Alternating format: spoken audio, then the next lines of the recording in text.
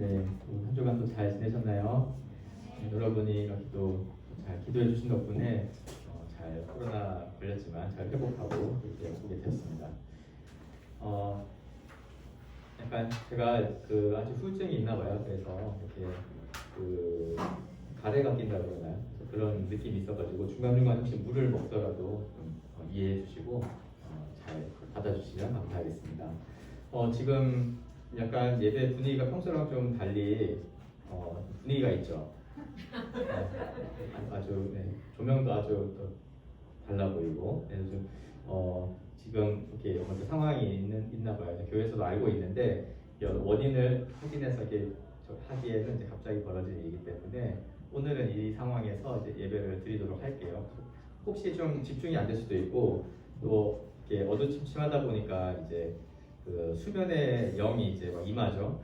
이제 이렇게 보이는데 그래도 잘 집중해서 말씀을 통해서 또 우리가 이 시간 우리의 삶에 대해서 묵상하고 또 하나님의 뜻을 잘 이해하는 그런 청년부 예배가 되길 바랍니다. 오늘 우리가 읽은 로마서 말씀은 이제 계속해서 사도 바울이 이 복음에 합당한 삶에 대한 이야기를 우리에게 가르쳐주고 있는 거예요. 우리가 바로 앞서서 15장 1절부터 6절의 말씀을 이제 3주 전에 살펴봤는데 사실 이제 보시면은 15장 1절부터 6절까지의 말씀의 내용하고 오늘 읽은 7절부터 13절까지의 말씀이 이렇게 문학적인 구조를 보면은 똑같이 반복이 돼요. 여러분 이제 뭐 예전에 공부할 때 뵀죠? 그 문학 시간 될 때 어떤 게 똑같은 게 반복이 되면은 뭐 대구법 뭐 대조 이렇게 해가지고 뭐 반복되는 게 있으면 강조되는 거다 뭐 이런 거는 일반적인 이 상식이죠. 바울이 이제 다시 한번 똑같은 구조를 반복함으로써 지금 이 복음에 합당한 그리스도인으로서 어떻게 살아갈 것인가에 대한 진리를 우리에게 알려주고 있는 거예요. 크게는 이제 이 세 가지로 되어져 있어요. 하나는 명령이에요. 하나님께서 이렇게 구원받는 우리에게 주시는 명령이고, 하나님은 그 명령하실 때 그냥 일방적으로 자신의 이야기를 하시지 않으시죠. 항상 하나님께서는 우리에게 명령하실 때 항상 이유가 있으세요. 그 근거를 가지고 명령하시고 우리에게 요구하시는 그런 분이십니다. 그래서 이 명령에 대한 이유를 설명하고 그리고 이제 사도 바울은 기도를 합니다. 이 명령이 그저 우리의 능력으로만, 그러니까 인간적인 것으로만 이렇게 살아갈 수 있는 것이 아니라 하나님의 그 은혜로 또 하나님이 주시는 능력으로 실행할 수 있는 명령이라고 하는 의미에서 바울은 또 기도를 해요. 뭐 사도 바울뿐만이 아니라 다른 성경도 그렇고 또 우리의 신자의 삶도 마찬가지죠. 어떤 삶을 살아갈 때 우리가 자칫 놓치는 것들이 있는데 그 중에 하나가 기도가 아닌가 싶어요. 그래서 성경에서는 이렇게 기도를 다시 한번 드림으로써 우리의 신앙의 삶이 또 우리의 생각이나 우리의 실천들이 하나님이 주시는 능력에 의해서 살아가는 것임을 확인시켜 주고 있습니다. 어쨌거나 오늘의 말씀이 이제 강조하는 한 가지는 뭐냐면 우리가 하나 됐다는 거예요. 어떻게 하나가 되냐면 그리스도 안에서 비록 유대인이라고 하는 종족으로 예수님은 오셨지만 단순히 그 유대인들만의 그 구원자가 아니라 모든 인류의 구원자로 오신 그 예수님 안에서 저와 여러분을 포함한 우리 모두가 하나가 되었다라고 하는 것을 바울은 강조하고 있는 거예요. 2주 뒤에 주일이 이번 성탄절은 주일이더라고요. 혹시 알고 계시나요? 2주 뒤에 성탄절이라 이렇게 교회에서도 성탄을 준비하는 이런 장식도 하고 또 성탄주일을 잘 의미 있게 보내려는 여러 노력들을 하고 있는데 예수님이 우리 가운데 2000년 전에 오셨어요.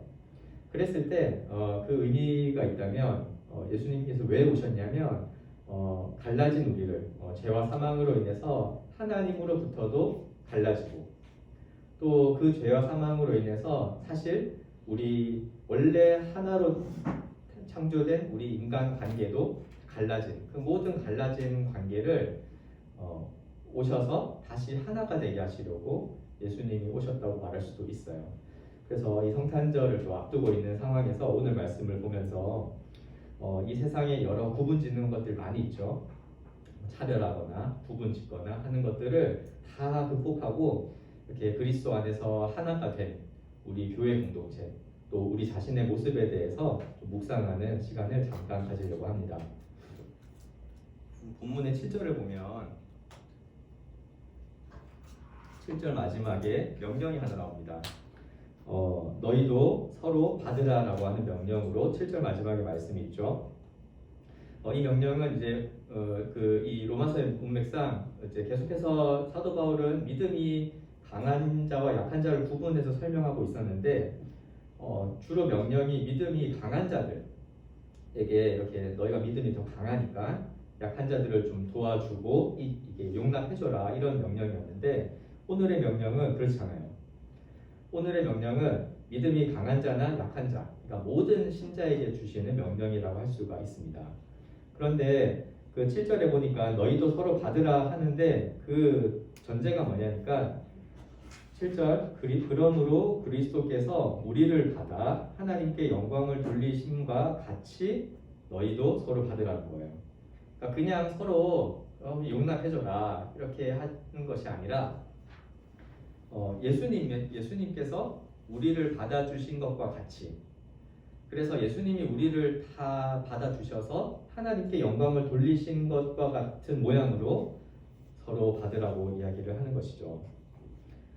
이것은 이제 무엇을 의미하냐면 이 명령이라고 하는 것이 하나님의 은혜가 먼저 주어진 다음에 주시는 명령이라는 의미를 생각할 수 있어요. 그러니까 여러분 어떻습니까? 서로 생각이 다르고 좀 스타일도 다르고 뭐 여러 가지 이유로 인해서 다른 사람이 옆에 있으면 여러분 어때요? 보편적으로 일반적인 사람들은 불편하죠. 나랑 좀 뭔가 맞으면은 굉장히 편하고 하지만 나랑 뭐 좋아하는 것도 다르고 스타일도 다르고 심지어 이러면 종족이 달라서 언어도 다르고 생각하는 사고방식도 다르다면 불편합니다.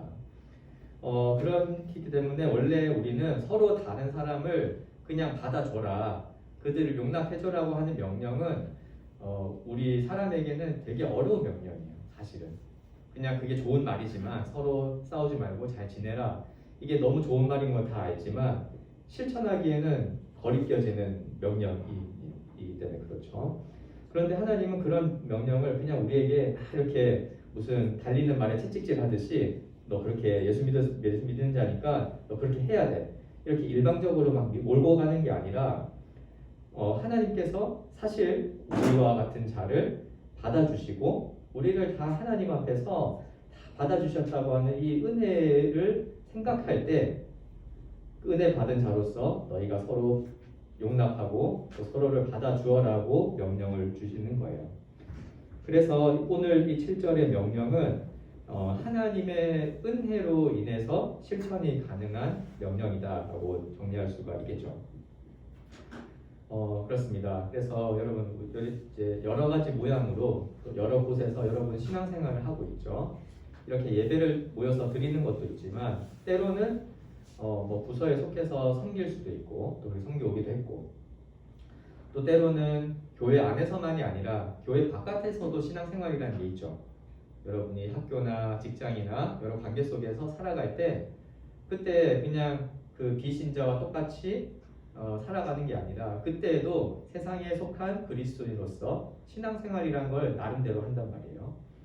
그렇게 했을 때 제일 중요하게 생각할 것은 우리가 그 속에서 구원받은 자로서 하나님의 명령을 순종하고 지키며 사는 삶인데 그때마다 항상 먼저 하나님의 은혜가 있었다는 사실을 기억하시기 바랍니다.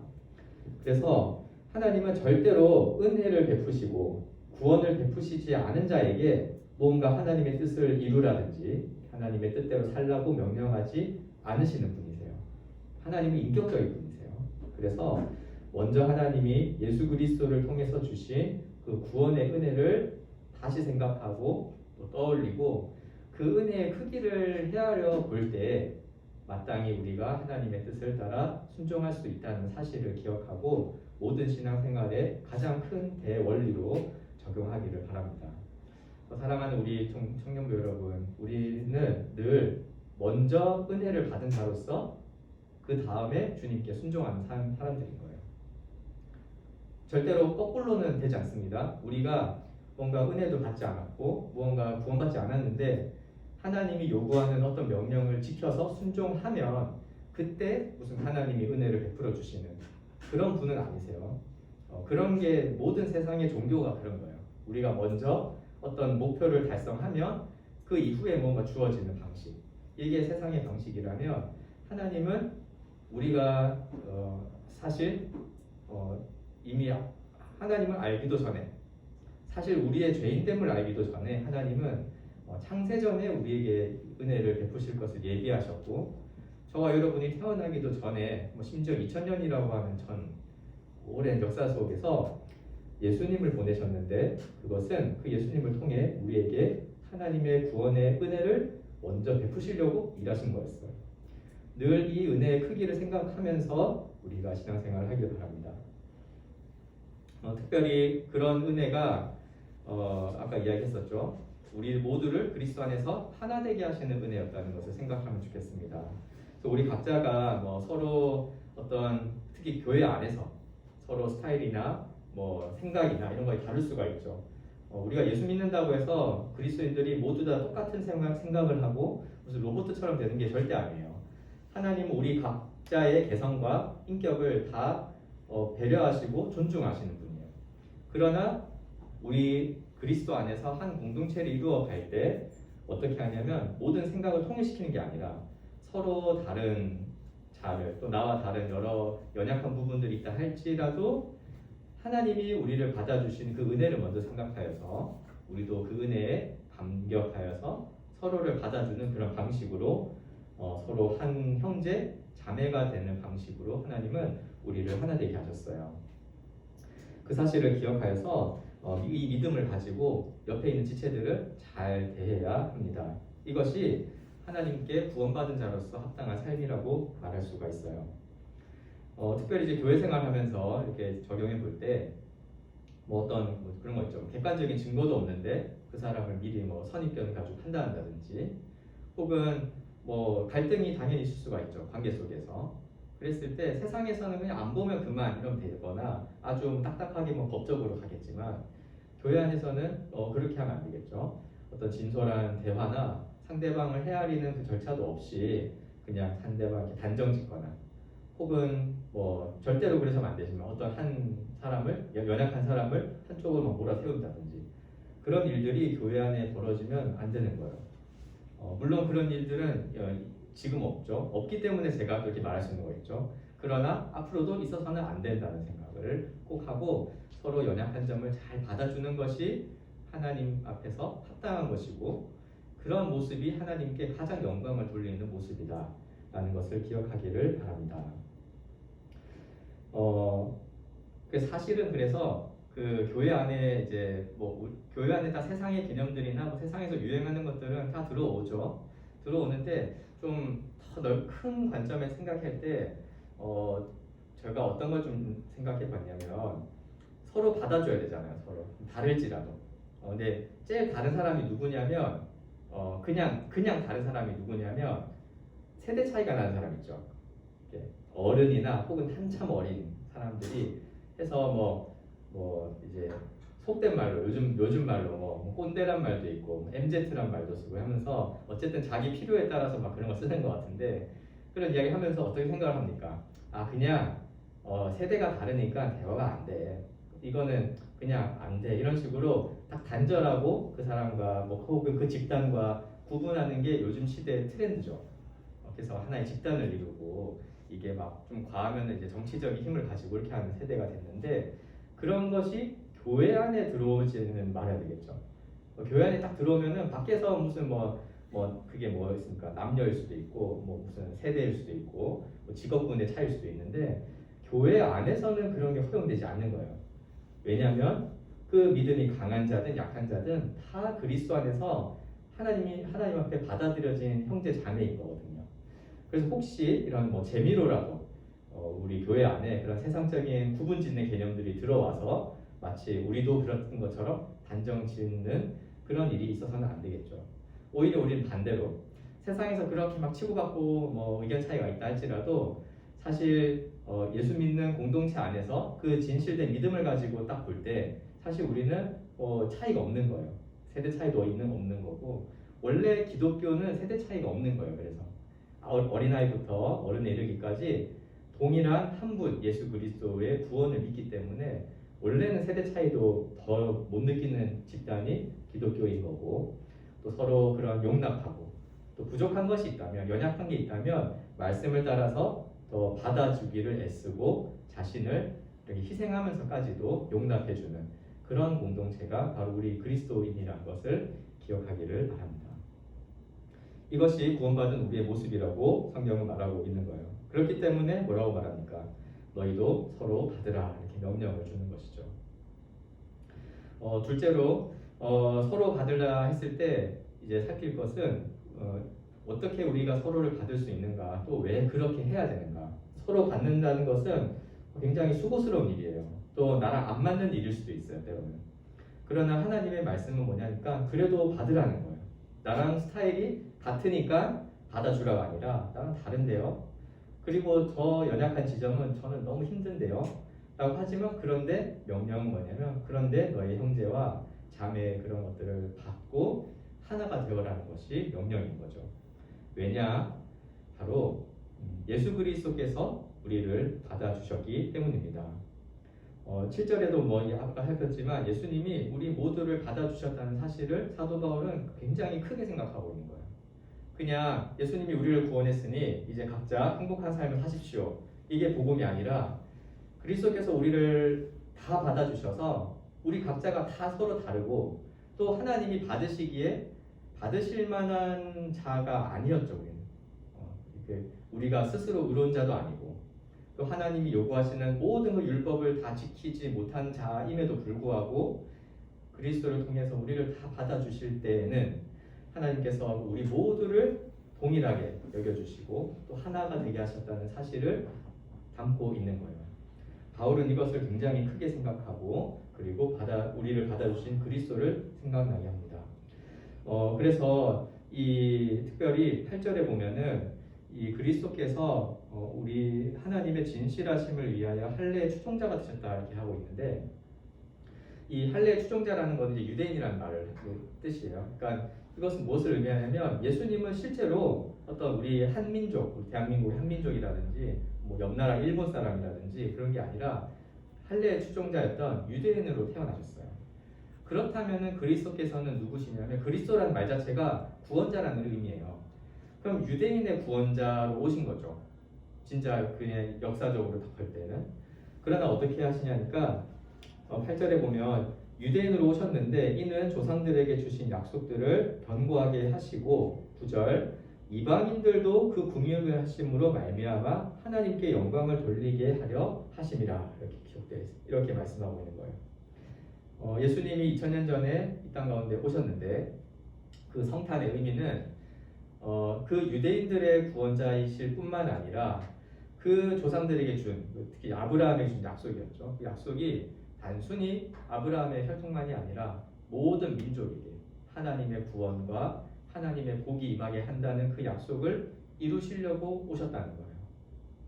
그래서 그리스도께서는 자신의 그 십자가의 대속적인 죽음으로 유대인들뿐만 아니라 예수님을 믿는 모든 이방인들에게 또 하나님이 이미 그렇게 약속하셨던 모든 민족의 구원자로 우리에게 오셨기 때문에 우리 안에서 서로 다른 것을 두고 또 서로 구분짓는 세상적인 기준을 두고 서로 분열하거나 다투거나 혹은 그런 당을 짓는 그런 일들을 하지 않아야 된다고 바울은 권면을 하고 있는 것입니다.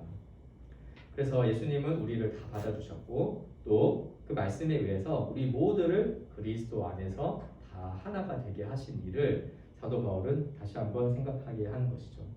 우리 안에 이 생각이 굉장히 커야 돼요.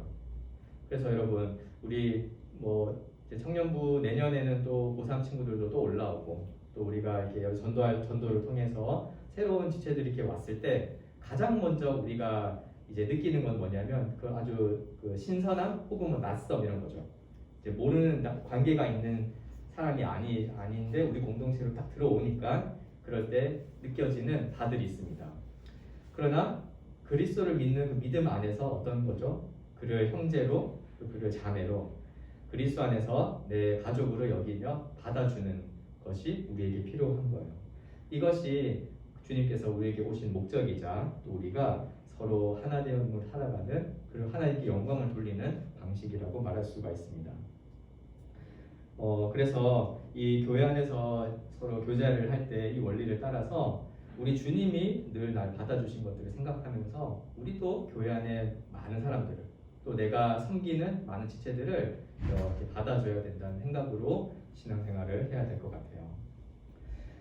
마지막으로 위에 이 서로 받으라고 하는 이 은혜로운 명령은 특별히 하나님께 간구하며 또 기도할 때 우리가 순종할 수가 있는 명령입니다.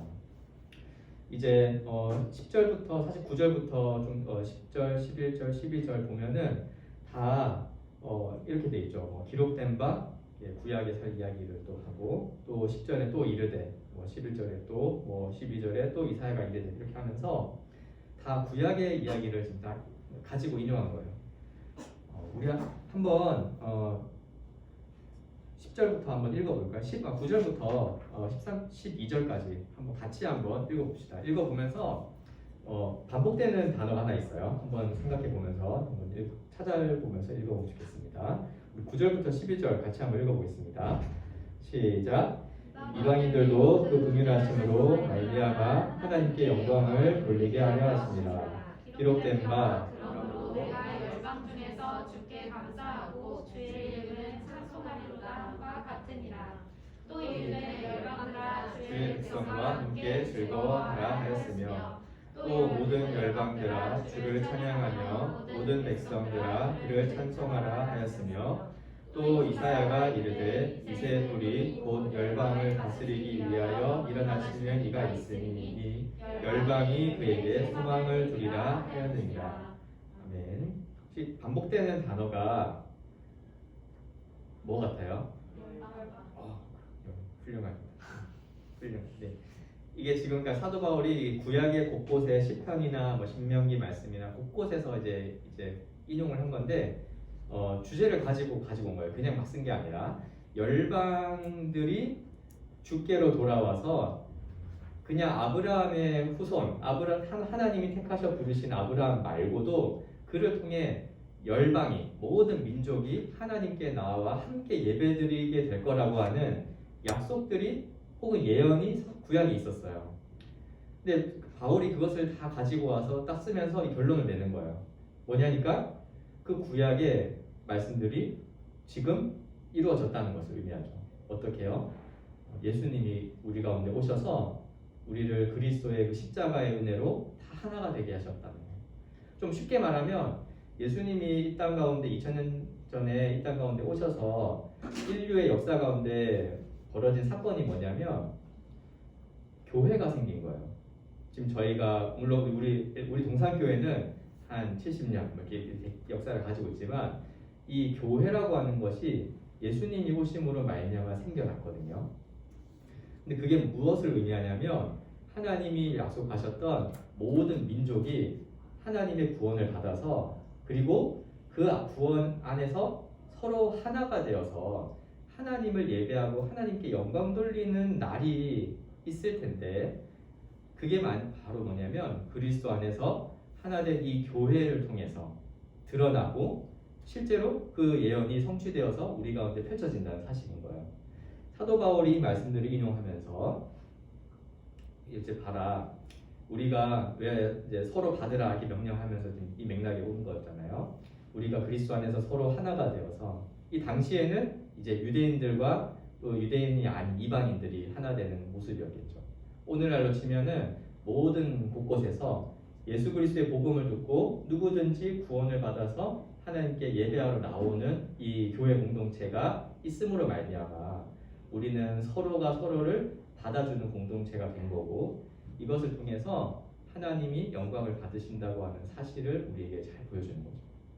이제 이거는 그러니까 어쩌면 명령이라고 할 수 있지만 무슨 목표를 달성해야 되는 미션 이런 개념이라기보다는 하나님이 은혜를 통해서 이까지 다 이루어 놓으신 이 배경 속에서 이 상황을, 그러니까 하나님께서 열방을 그리스도 안에서 하나 되게 하신 이 상황을 누리고 또 즐거워하고 이것을 통해서 살아갈 때 하나님이 영광을 받으신다고 하는 이 사실을 우리에게 알려주고 있는 것이죠.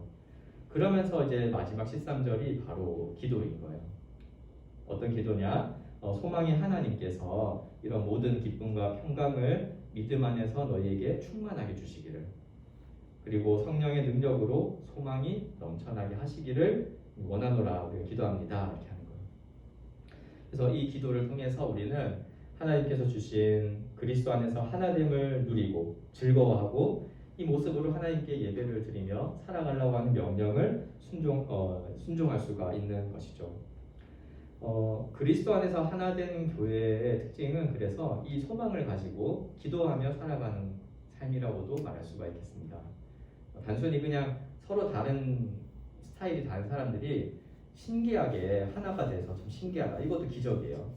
그러나 그 안에 특징은 하나님께 이제 소망을 두고 또 이 시대에 많은 사람들이 소망 없이 살아가고 있지만 그리스도 안에서 하나가 된 공동체 안에는 바로 그리스도로 말미암아 늘 소망을 품고 소망을 찾고 또 소망을 공급받는 그것으로 살아가는 공동체가 바로 탄생한 것이죠. 그런 모습은 뭐냐? 서로 다른 지체들이 하나가 되어서 함께 공동체를 이루어가는 모습이다라고 성경은 말하고 있는 것입니다. 그러므로 여러분, 우리 청년부가 잘 되려면, 그게 잘 된다는 의미가 여러 가지 있겠죠. 하나님 앞에서 우리 청년부가 잘 세워져 가고 또 우리 청년부 지체들이 하나님 앞에서 아주 잘 살아가는 방식은 뭐냐면 오늘 말씀의 명령처럼 서로 하나가 되어서 서로 받아 용납하고 이러한 모습으로 하나님께 앞에서 살아가는 거예요. 그래서 뭔가 우리 교회는 무슨 뭐 대단한 겉보기에 대단한 무슨 뭐가 있을까요? 대단한 건물을 높인다든지 뭐 수많은 사람을 몰려와가지고 한다든지 아니면 사회에서 가장 힘이 센 사람들을 막 데리고 온다든지 그러한 것으로 하나님이 영광을 받으시는 게 아니고 하나님이 영광을 받으시는 것은 하나님의 그 뜻대로 하나님 뜻이 드러났을 때 영광을 받으시는 건데 그것은 무엇이냐? 그리스도 안에서 우리 크든 작든 큰 교회라고 나쁜 건 아니에요. 절대 크든 혹은 작든 두세 사람이 모이는 곳에마다 그리스도 안에서 서로 한 가족이 되어서 하나가 되어서 살아가는 그 모습이 있다면 그것이 정말 이 그리스도의 은혜에 기반해서 하나님께 기도하며 이루어지는 모습으로 살아간다면 그것으로 하나님은 가장 영광을 받으신다라고 하는 사실을 우리는 기억하기를 바라고 우리 청년부가 바라기로는 그런 하나된 모습으로 점점 계속해서 존재하면서 하나님 앞에서 영광을 돌리는 그런 공동체가 되기를 바랍니다. 또 이것을 위해서 우리 모두는 항상 기도하기를 원해요. 여러분의 각자의 삶을 위해서도 기도하셔야 돼요. 여러분이 지금 이제 청년의 때 이제 인생을 준비하는 시절이기 때문에 많은 도전이 있고 또 사실은 실패도 하고 그 속에서 다시 일어서기도 하고 하는 과정 속에서 하나님께 우리의 삶을 두고 기도해야 되겠죠. 당장의 필요도 기도해야 될 것이고 또 아주 먼 일이어도 그것을 막연하게 그냥 될 대로 되라가 아니라 소망을 두고 기도해야 될 텐데 그와 함께 반드시 우리가 함께 기도해야 되는 것, 또 함께 소망을 두어야 하는 것은 우리 청년부 공동체가 혹은 우리 동산교회가 그리스도 안에서 정말 하나된 이 모습이 이루어져 갈 수 있게 해달라고 이 안에서 우리의 인격도 자라나고 우리의 믿음도 자라나고 또 우리의 관계도 회복되고 또 우리의 인생이 여기에서 큰 주님이 주시는 복락을 누린다고 하는 사실을 기억하고 함께 기도했으면 좋겠습니다. 말씀을 맺습니다. 오늘 말씀은 이 사도 바울이 교회 안에서라면 누구든지 서로 용납하고 받아주라고 하는 명령이었습니다. 우리 모두가 다 그리스도의 이 은혜로 하나님의 은혜로 그리스도께 받아진 바 되었고 하나님께 영광이 돌려진 자이기 때문에 우리는 서로를 차별하지 않고 또 서로의 다른 점을 부각하지 않고 그리스도 안에서 하나라고 하는 공통점을 찾으며 서로를 받아주어야 되겠죠. 그리고 이것은 단지 그냥 바울의 권면만이 아니라 하나님께서 약속하셨던 구약의 모든 말씀의 성취이기도 하고 또 하나님이 가장 영광을 받으시는 방편이라고 하는 사실을 기억하며 한 주간의 삶에서도 이를 위해서 우리가 기도하고 또 우리가 하나된 삶으로 살아가는 이 모습이 하나님께 정말 영광이 되기를 바라는 마음으로 살아가는 저와 여러분이 되기를 주님의 이름으로 축원합니다. 기도하겠습니다. 하나님 아버지, 우리를 그리스도 안에서 받아주시고 그리스도의 그 은혜로 말미암아 우리 각자를 또 우리 동산교회 청년부 안에서 속하게 하시고 하나된 공동체로 살아가게 하시는 은혜에 감사를 드립니다. 서로 다른 우리가 그리스도 안에서 하나가 되게 하시고 또 서로를 용납하며 살아가는 이 모습이 구원받은 자의 모습인 것을 기억하고 우리 자신의 여러한 삶의 순간 속에서 또 일상의 삶에서도 우리의 존재를 다시 한번 기억하고 서로 받아 용납하고 또 하나가 되는 일에 우리 자신을 드리며 또 섬기며 나아갈 수 있도록 주님 인도하여 주시옵소서. 무엇보다도 이러한 삶을 통하여서 하나님께서 영광을 받으신다는 사실을 기억하며 날마다 우리 교회의 하나됨과 또 우리의 신앙의 하나됨을 위해서 힘쓰는 우리 모두가 되게 하여 주시옵소서. 이를 또 지키고 또 순종하기 위해서는 하나님이 주시는 또 성령의 능력이 필요합니다. 이를 위해 우리 모두가 합심으로 늘 기도하는 청년부 되게 하시고 하나님께서 이 기도에 응답하셔서 또 우리 청년부의 지체 각자가 또 청년부 안에 속하여서 살아가는 그 신앙의 여정을 통해 더 성장하게 하시고 성숙하게 하시고 하나님이 기뻐하시는 자로 다 세워주시기를 주님의 이름으로 구하오니 늘 인도하여 주시옵소서. 감사드리며 이 모든 말씀을 우리 주 예수 그리스도의 귀하신 이름으로 기도합니다.